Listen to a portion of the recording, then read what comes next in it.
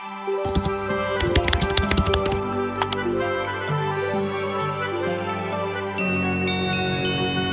guys, and welcome back to Mimi's Homework, or welcome if this is your first time on my channel. Today I want to talk about the 3 biggest mistakes that I see other sellers making on Fiverr all the time. New sellers will text me on Fiverr, be like, hey, can you give me some tips on how to get my first orders, or what did you do to end up in a position where you have like 8 orders in queue? And a lot of times I will click on their profile and I will see the gigs they have uploaded, and it'll be quite obvious to me why they are not getting any orders. And I usually try to tell them what's going on or what's wrong, but there are some mistakes that I just see over and over again. And in my last video, I talked about 12 tips that I wish I would have known when I first started. But today I want to talk about the 3 biggest mistakes. Like, please don't do any of these things, and I will tell you what to do instead to make people actually order from you and be happy with what you deliver, how to get clients. Like, this is just the very, very bare minimum you need to do in order to avoid just either getting banned from the platform or disappointing your buyers or just never getting any orders at all. So yeah, let's just get into it. Mistake number 1 that I see so often is that sellers are not presenting themselves very professionally. So there are a lot of different ways that you can make yourself look unprofessional. I'm going to just list a couple. So one thing that I notice, a lot of times people have spelling mistakes or grammar mistakes in their titles, like their gig titles, or of course in their gig descriptions, or in their Fiverr bio. And it should go without saying, but if you want to appeal to people and look professional, you should try to not make any spelling or grammar or punctuation mistakes.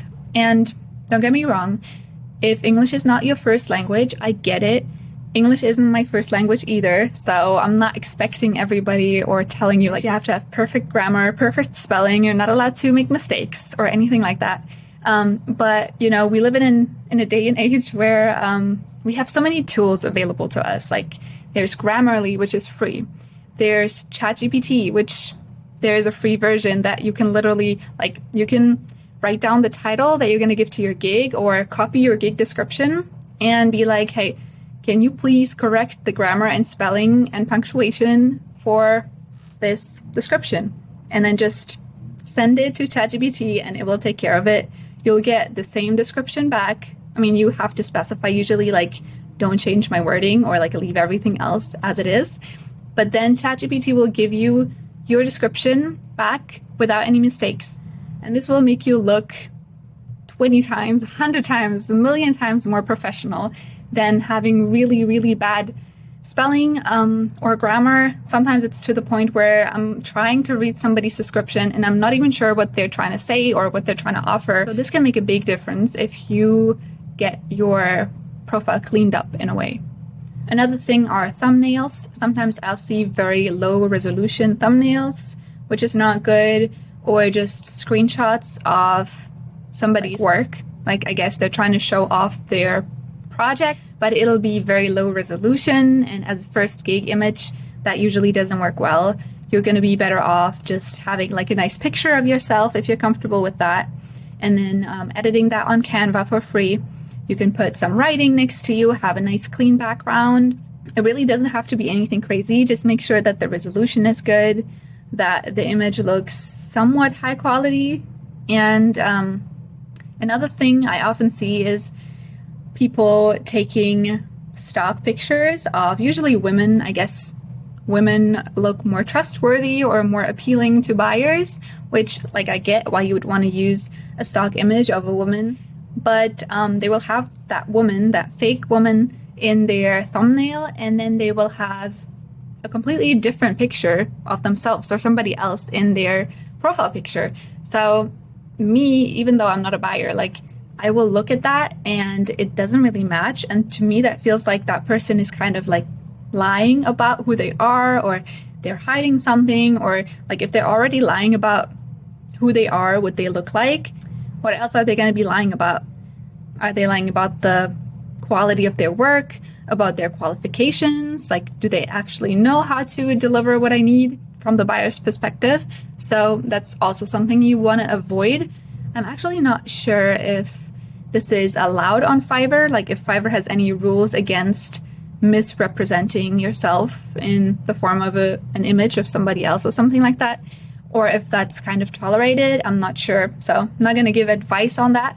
But like the least you could do if you do want to use somebody else's stock picture, like of course use a free to use picture. Don't just steal somebody else's picture from Fiverr or like a person you found on Facebook. Like, don't do that. But if you're going to take somebody's stock picture, at least make sure you have the same person across multiple gigs and in your profile picture, because otherwise it will just look very, very inconsistent and unprofessional. Yeah, I'm not advising to do that in any way because I don't know if that will lead to issues or could get you banned from Fiverr. Not sure. Also, it's not really the honest thing to do. Like either just show yourself. I feel like that will rarely have any bad impact. And if you're not comfortable doing that, that's totally fine. You don't have to have a picture of yourself. So also to circle back to the first thing that I said about spelling and grammar, obviously that also goes for communication. So if you're going to talk to a potential buyer, you want to make sure that you're using correct spelling and grammar when you're talking to them. And again, you can use Grammarly, just install it and use the free version. It will automatically underline any mistakes that you've made and tell you how the correct spelling or grammar of the word is, or the sentence. Pretty sure that sentence I just said was grammatically incorrect. Anyways, you can use ChatGPT to correct your messages. And this is especially important if you're going to offer any kind of writing service. But even if you don't, even if you offer logo design or programming or whatever it is, it still doesn't give a good impression if your first messages or interactions with the client are full of mistakes. So it's something really easy that you can fix quickly. The second big mistake I see, I witness it a lot, is breaking Fiverr's rules.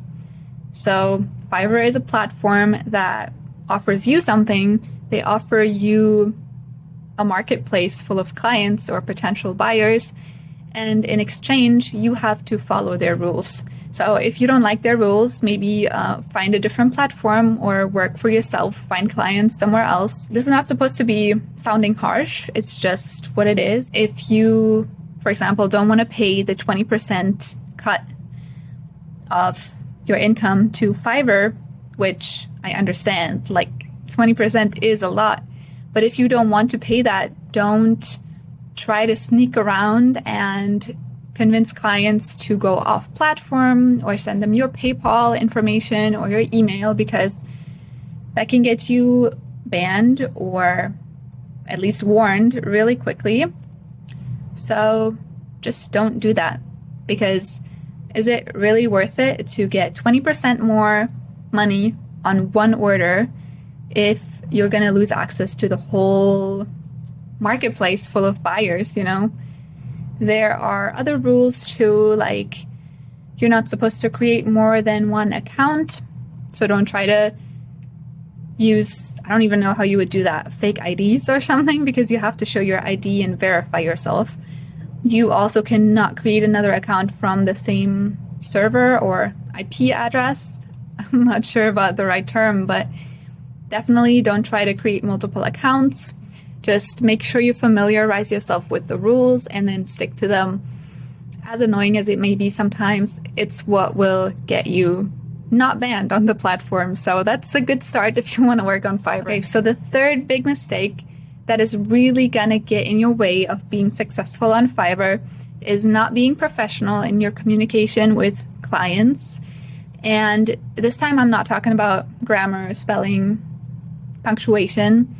I'm talking about knowing how to provide good customer service and how to talk to clients, like what to say.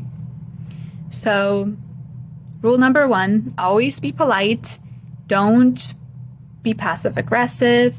Definitely don't insult clients. Don't fight with them, even if they are exhibiting red flags, like maybe they're being rude in their first messages, or they are expecting too much, or they're telling you that your prices are too high, you don't have to work with those clients. If you see red flags, in those cases, you can just politely decline, but always remain calm and professional.